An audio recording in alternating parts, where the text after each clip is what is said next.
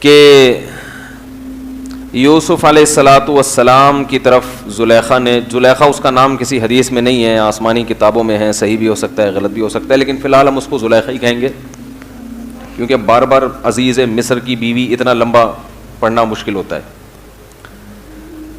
تو اس زلیخا پتہ نہیں کس نے رکھا ہے اس کا نام، واللہ عالم، کہیں حدیث میں نہیں ہے. تو اس نے حضرت یوسف علیہ السلام کو جب زنا کی دعوت دی اور یوسف علیہ السلام بچ نکلے، تو ایک بات کل کی میں دہرا دیتا ہوں جو بہت اہم بات ہے. یوسف علیہ السلام نے یہ نہیں سوچا کہ گناہ کر لو بعد میں توبہ کر لوں گا، اس لیے کہ وہ یہ جانتے تھے کہ اس نیت سے گناہ کرنا کہ بعد میں توبہ کر لوں گا یہ بہت بڑی حماقت ہے، بہت بڑی حماقت. جتنے بھی اہل اللہ گزرے ہیں وہ کبھی اس نیت سے گناہ نہیں کرتے تھے کہ ہم بعد میں توبہ کر لیں گے، بلکہ وہ گناہ سے اپنے آپ کو بچاتے. توبہ تو ایک حل ہے آخری کہ چلو اب ہو گیا تو اب تو کوئی آپشن ہی نہیں ہے نا، اب تو سوائے توبہ کے آپ کے پاس کوئی آپشن ہے نہیں. تو اگر اسلام توبہ کا آپشن نہ رکھتا تو لوگ کہتے اب جب جہنم میں جانا ہی ہے تو چلو اور کرو اور کرو اور کرو. اس لیے اللہ نے ایک آپشن رکھا ہے، چل بھائی اب آ جا. لیکن توبہ کرنا آسان کام نہیں ہے، کیونکہ جب ایک دفعہ گناہ کا چسکا لگتا ہے تو پھر اس کو چھوڑنا آسان نہیں ہوتا. اور توبہ کی شرائط میں یہ بات داخل ہے کہ آئندہ نہ کرنے کا عزم ہو. یہ بڑا مشکل ہو جاتا ہے، وہ بار بار یہی سوچ کے گناہ کرتا ہے کہ میں توبہ کر لوں گا، وہ بار بار ایک ہی گناہ کو کرتا رہتا ہے اور لت پڑتی رہتی ہے.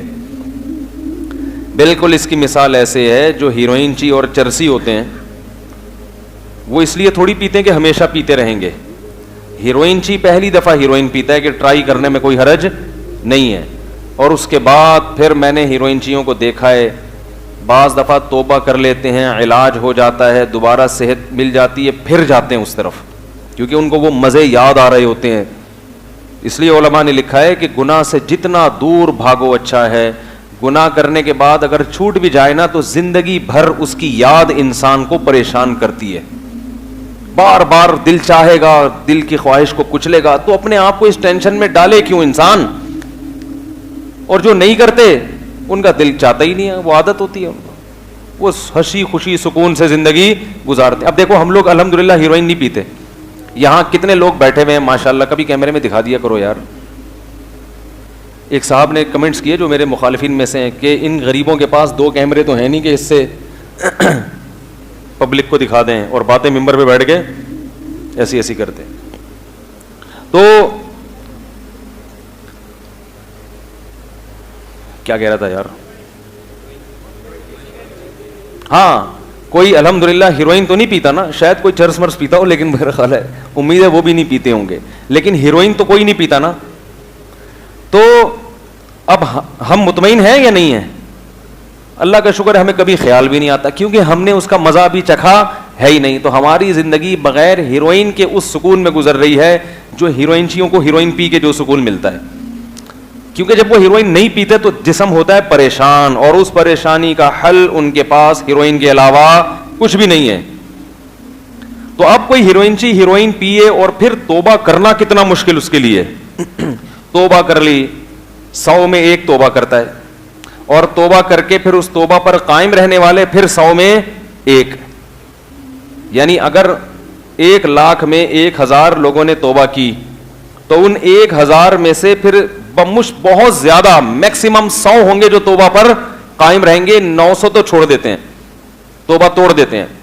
پھر ان 100 میں جو توبہ پر قائم رہتے ہیں وہ صحت مند ہو جاتے ہیں، ٹھیک ہو جاتے ہیں، اس کے بعد دوبارہ بہت سے پھر اسی گناہ کی طرف چلے جاتے ہیں. ان میں سے بھی جو بچنے والے ہوتے ہیں 1 یا 2%. یہ میں اپنی زندگی کے مشاہدات بتا رہا ہوں. اب آپ کہیں بھائی آپ کا چرسیوں میں بھی اٹھنا بیٹھنا رہا ہے مفتی صاحب، جو زندگی کے ہیروئنچیوں میں بھی آپ کا اٹھنا بیٹھنا رہا ہے. اٹھنا بیٹھنا ہیروئنچیوں میں نہیں رہا، لیکن ہیروئنچیوں کی خبریں پتہ چلتی رہتی ہیں. جن لوگوں کے ساتھ اٹھنا بیٹھنا اس کی کسی سے کوئی تعلق نکل آئے گا کسی ہیروئنچی سے تو اس کی خبر مل گئی. اور ہمارے گھر میں ہم جب کلر کروا رہے تھے بچپن میں، ایک ہیروئنچی تھا جس سے ہم کلر کروا رہے تھے، ہمیں بعد میں پتہ چلا کہ ہیروئنچی ہے. وہ بڑی اسپیڈ میں ٹک ٹک ٹک ٹک ٹک ٹک پوری دیوار نے مٹا دیتا تھا. ہم کہتے یہ کیسے؟ تو پتہ چلا کہ فارغ وقت میں بیٹھ کے ان کا شغف کیا ہے، سٹا لگانا. سٹا لگایا 2 منٹ میں پوری دیوار. تو اس کو تبلیغ والے مل گئے، اس کو تبلیغ میں لے گئے، اس نے توبہ کر لی، صحت اچھی ہو گئی، فٹ فاٹ ہو گیا. جو لاکھوں میں چند ہوتے ہیں.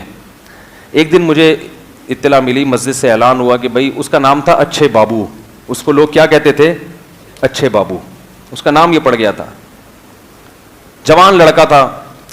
تو مسجد سے اعلان ہوا کہ بھائی اچھے بابو کا انتقال ہو گیا. ہم نے کہا یار وہ تو ٹھیک ہو گیا تھا, صحت مند ہو گیا تھا, شاید ایکسیڈنٹ نہ ہو گیا ہو.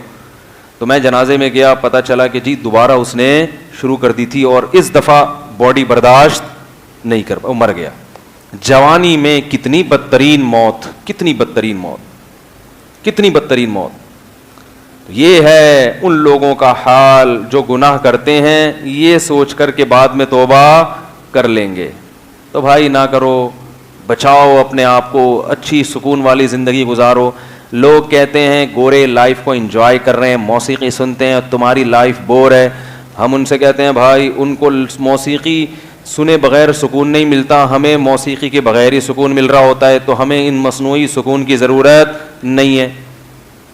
ہمیں اس مصنوعی سکون کی ضرورت, جس کو لت پڑ گئی گانے بجانے کی اس کو تو بغیر گانوں کے سکون نہیں ملے گا. جس کو لت ہی نہیں پڑی ہے وہ ایسے ہی بیٹھا ہوا خوش ہے, وہ ویسے ہی بیٹھا ہوا کیا ہے.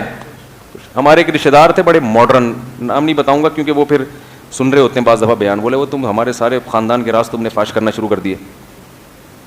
تو وہ کچھ خواتین تھیں, وہ ہمارے گھر آئی, پرانی بات ہے 10-12 سال ہو گئے. تو ہمارے گھر میں نہ ٹی وی تھا نہ کوئی ڈرامے فلمیں, ظاہر اب ٹی وی نہیں ہے تو, اور اس وقت بلکہ یہ بات ہوگی 20 سال پرانی تقریباً, کمپیوٹر بھی نہیں تھا. تو وہ جو خاندان کی خواتین تھیں وہ ہمارے گھر آئیں اور ہمارے گھر میں کہنے لگی تم لوگ کی زندگی کتنی بور ہے, توبہ کیسی بور لائف, اف کیا کرتے ہو, یہ کوئی بات ہے. صبح اٹھ کے نماز پڑھی, وہ بڑے بھائی لے کے بیٹھ جاتے تھے, سب تلاوت شروع کر دیتے تھے, اس کے بعد اسکول چلے گئے, پھر آئے, پھر وہ کھیلنے چلے گئے عصر کے بعد. یہ کیسی بور لائف. تو اصل میں بور لائف آپ کو اس لیے لگ رہی ہے کہ آپ کو سٹے گی. بولو بھائی, چرسی کو بھی ہیروئن کو بھی ایسا ہی لگتا ہے یار, نہ تم کچھ پیتے ہو نہ سٹا لگاتے ہو, تمہیں تو تم یہ کیا یہ کھانا کھا رہے ہو, چاول کھا رہے ہو, بریانی کھا رہے ہو, یہ کوئی مزہ ہے. سٹا لگاؤ پھر جو مزہ ہے پتہ چلے گا.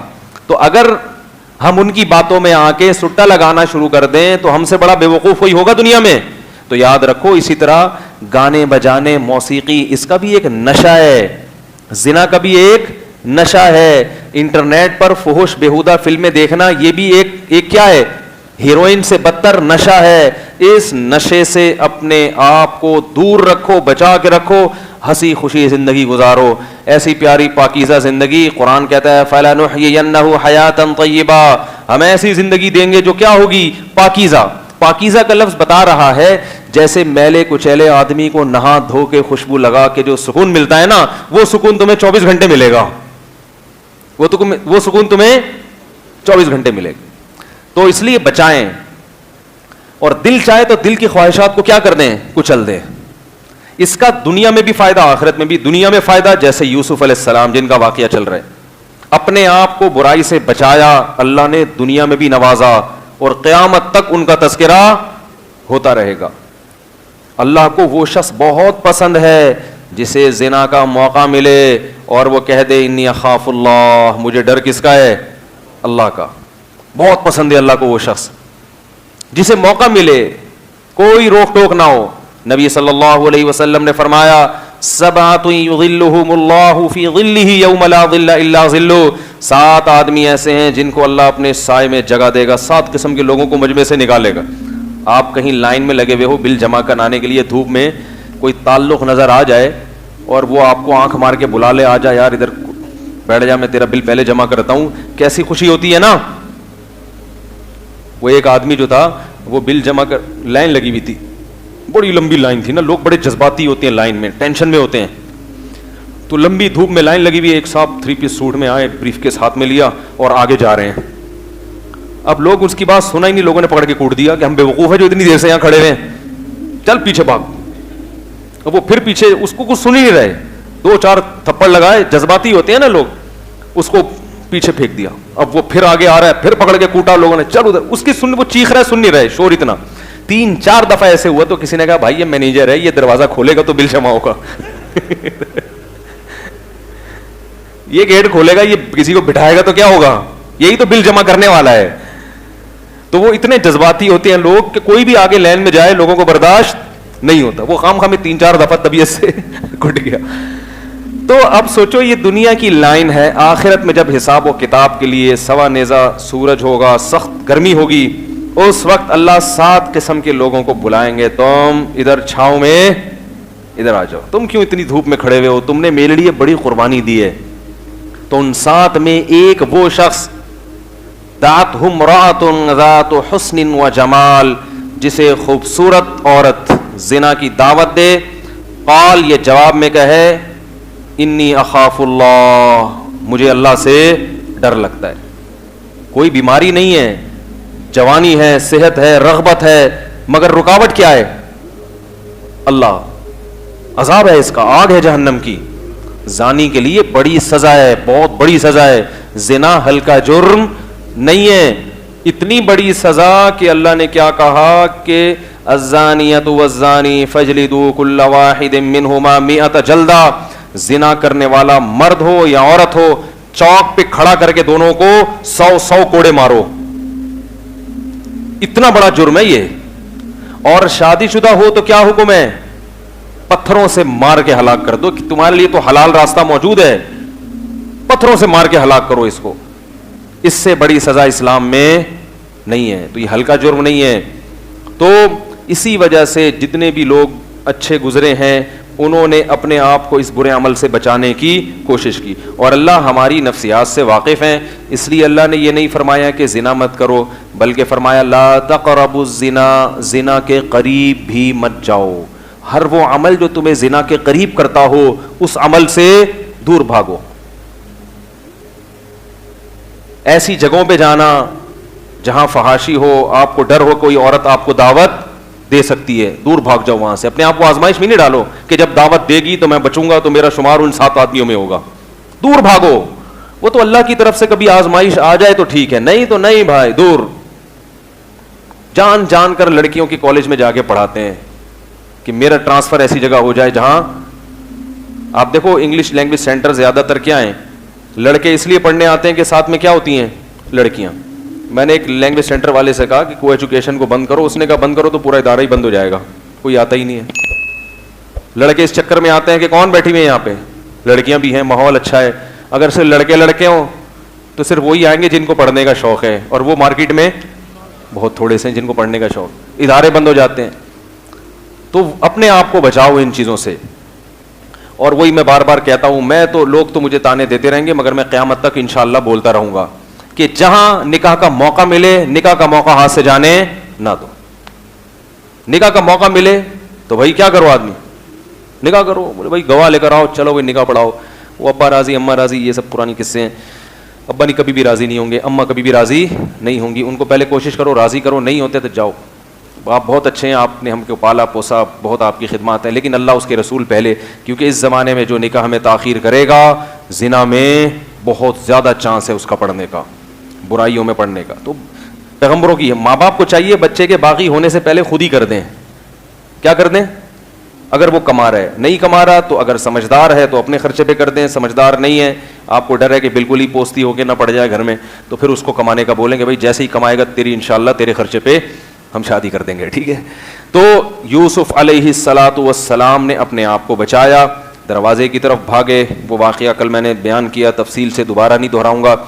تو اب کیا ہے کہ بادشاہ نے تو یوسف علیہ السلام سے کہا یوسف اعرض عن ھذا, چل مٹی پا. یہاں سے بات ختم ہوئی تھی نا, مٹی پا, کیونکہ اس کو ڈر تھا کہ بات لیک آؤٹ ہو گئی تو میری بھی بدنامی. لیکن بات شر کی بہت تیزی سے پھیلتی ہے. وقال نسوۃ فی المدینہ, ایک دم بات شہر میں ایسے جیسے جنگل میں آگ لگ جاتی ہے نا, پھیل گئی. سب کانا پھوسی کر کر کے نا, کسی کو بتانا نہیں, صرف میں تمہیں بتا رہا ہوں. لوگ ایسے کرتے ہیں نا, راز جب فاش کرنا ہوتا ہے, صرف تمہیں بتا رہا ہوں کہ وہ بادشاہ کی جو بیوی ہے نا, پتہ ہے اپنے غلام پہ عاشق ہو گئی تھی, آگے کسی کو نہیں بتانا, کسی کا راز فاش کرنا بہت بری بات ہوتی ہے. اس نے کہا نہیں بتاؤں گا, پھر وہ آگے جا کے کسی کو بتاتا ہے, وہ تجھے پتہ ہے کیا ہوا.